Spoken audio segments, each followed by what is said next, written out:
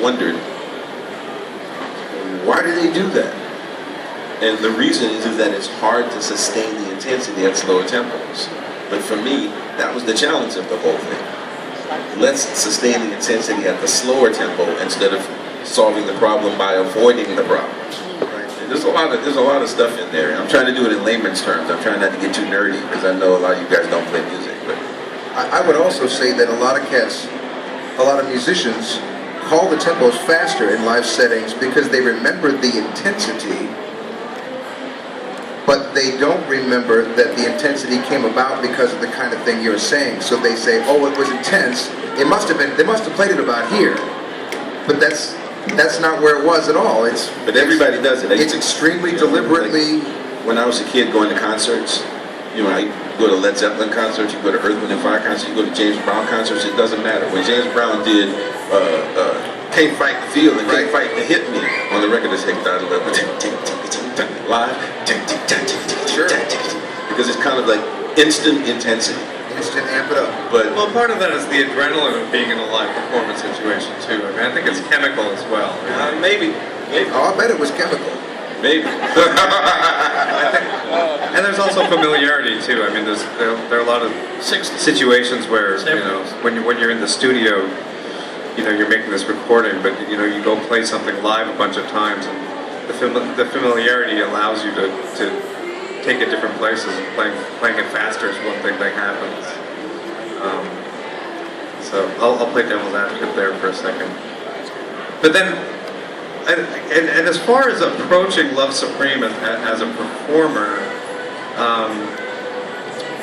I think I agree with most of what's been said, but I think you have to also give it up to, you know, there are plenty of musicians that don't want to touch Love Supreme, not because, you know, it's intimidating, but they don't want to touch it because it's precious and it has a, you know, it's like, yeah, I don't know, it's just precious, it's sacred. And so, I mean, you know, I think that I could probably do it justice, but I don't want to, you know, I don't want to touch it. It's precious, it floats up here for me. And it's a very personal statement too.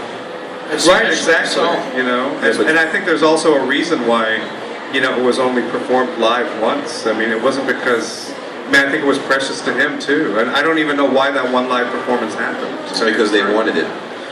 Right. And the one thing you hear in the recording is that the band didn't remember it because they played it in the studio. They didn't rehearse it. They didn't know it. Right.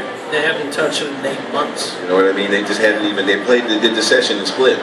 Yeah. And then the promoters, and I think it was on Team, said, we want to Love Supreme. Yeah, right. And he went, oh, okay. So he's basically turning the Jimmy and playing the bass line on the saxophone and saying, all right, yeah, you know.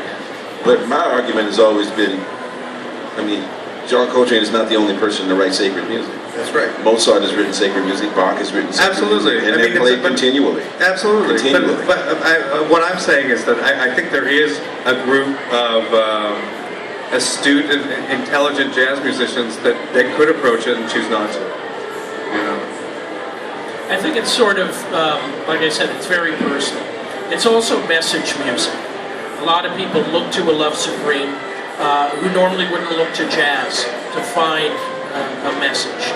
And you'll find, much like Kind of Blue, a Love Supreme is that one album that a rock fan, hip-hop fan, classical music fan, if they have only 1 or 2 jazz albums, it'll be one of those 2. And the idea that, you know, you can put this in the same category